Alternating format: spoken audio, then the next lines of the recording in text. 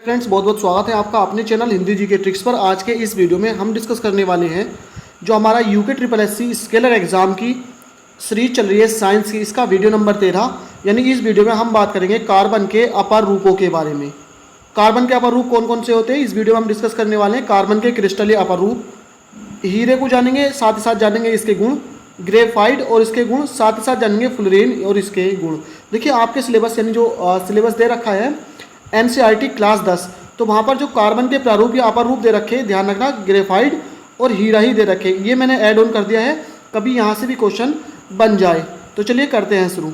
सबसे पहले जान देखते हैं कि अपरूपता होती क्या है।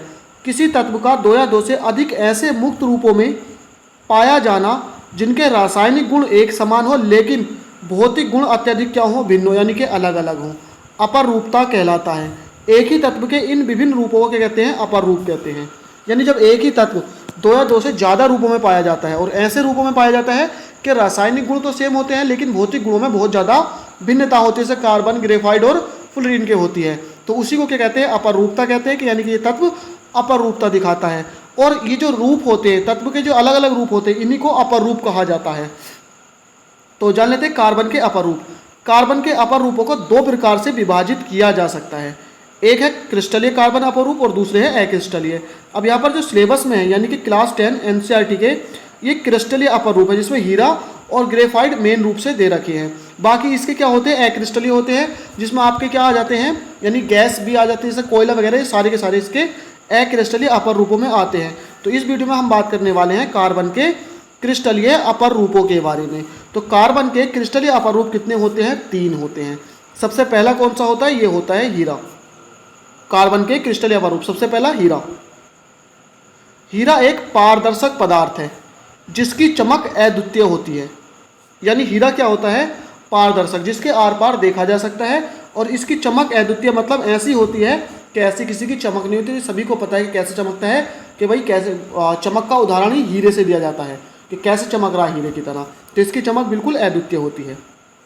हीरा ज्ञात प्राकृतिक पदार्थों में सबसे कठोर होता है, सबसे ज़्यादा कठोर क्या होता है, हीरा होता है। हीरा भारी होता है, यानी कि ये काफ़ी भारी होता है, कभी नहीं, काफ़ी है, काफ़ी भारी होता है। इसका विशिष्ट घनत्व कितना होता है, 3.52 होता है। घनत्व आपको ध्यान रखना है, द्रव्यमान बटे आयतन, इसका द्रव्यमान ज़्यादा होने की वजह से इसका घनत्व भी ज़्यादा होता है। हीरा ऊष्मा तथा विद्युत का कुचालक होता है। ये बात ध्यान रखना, ना तो इसमें आप करंट फ्लो कर सकता है, ना ही इसमें ऊष्मा फ्लो कर सकती है। तो ऊष्मा और विद्युत दोनों का ही कुचालक होता है, सुचालक नहीं होता है।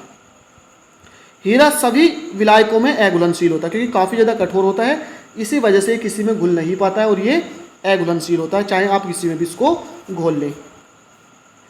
हीरा रासायनिक दृष्टि से बहुत निष्क्रिय होता है। केवल लाल तप्त करने पर, यानी जब इसको बहुत ज़्यादा हीट कर दिया जाता है तो ऑक्सीजन में जलता है, जिससे क्या होता है, केवल कार्बन डाइऑक्साइड यानी CO2 गैस बनती है। हीरे का अपवर्तनांक उच्च होने के कारण इसमें बहुत अधिक चमक होती है, इसलिए हीरो का जो उपयोग है कहाँ किया जाता है, आभूषण बनाने में किया जाता है।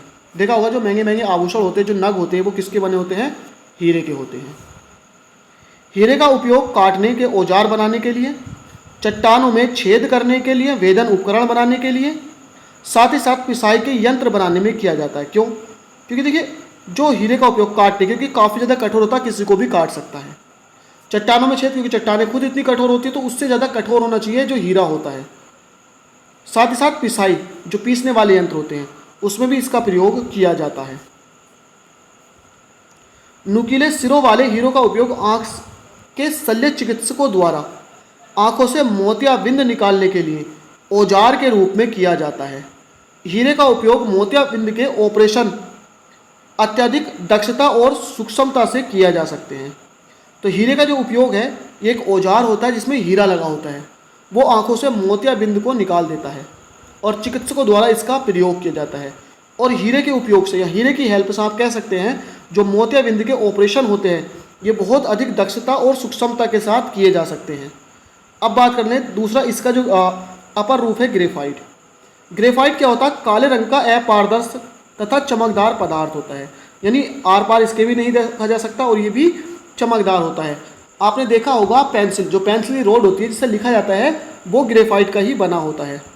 ग्रेफाइट मुलायम तथा परतदार पदार्थ होता है जो स्पर्श करने पर चिकना होता है।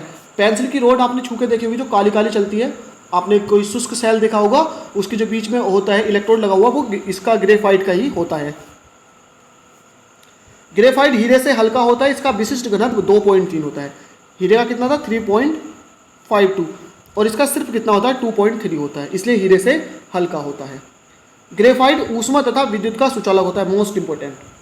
हीरा ऊष्मा का और विद्युत का कुचालक था, ये सुचालक होता है। देखिए विद्युत का सुचालक क्यों होता है, क्योंकि इसकी जो संरचना होती है कार्बन 3 बॉन्ड बनाता है, चौथा बॉन्ड ऐसे रह जाता है जिससे इसमें एक मुक्त इलेक्ट्रॉन पाया जाता है और मुक्त इलेक्ट्रॉन के कारण ही विद्युत का चालक होता है। एकमात्र ऐसी अधातु जो विद्युत का चालन करती है वो क्या है, ग्रेफाइट है। ध्यान रखना, एकमात्र ऐसी अधातु, इसलिए इसका जो उपयोग है वो सेलों के इलेक्ट्रोड के रूप में किया जाता है।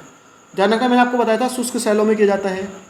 जहाँ भी आप सेल में कार्बन को पढ़ेंगे, ये कार्बन की छड़ का मतलब ग्रेफाइट की छड़ होती है। ग्रेफाइट को काला शीशा भी कहा जाता है।